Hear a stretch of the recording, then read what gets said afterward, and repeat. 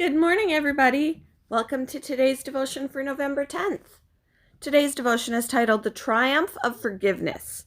The Bible reading is from Psalm chapter 32, verses 1 to 7. Blessed is the one whose transgressions are forgiven, whose sins are covered. Blessed is the one whose sin the Lord does not count against them, and in whose spirit is not deceit. When I kept silent, my bones wasted away through my groaning all day long. For day and night your hand was heavy on me. My strength was sapped, as in the heat of summer. Then I acknowledged my sin to you and did not cover up my iniquity. I said, I will confess my transgressions to the Lord, and you forgave the guilt of my sin. Therefore let all the faithful pray to you while you may be found. Surely the rising of the mighty waters will not reach them. You are my hiding place. You will protect me from trouble and surround me with songs of deliverance.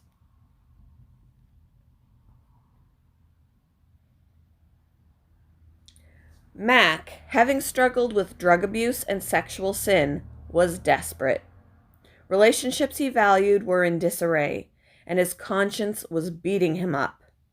In his misery, he found himself unannounced at a church asking to speak with a pastor.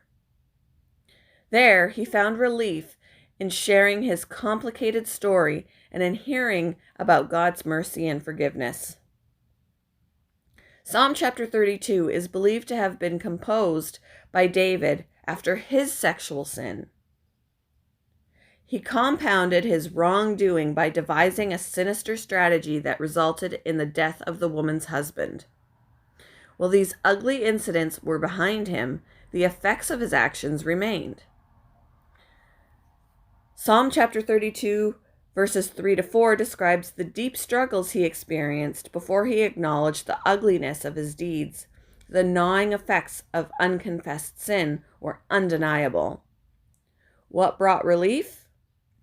Relief began with confession to God and accepting the forgiveness he offers.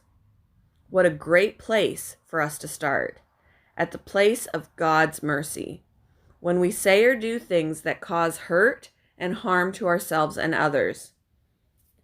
The guilt of our sin need not be permanent. There's one whose arms are open wide to receive us when we acknowledge our wrongs and seek his forgiveness.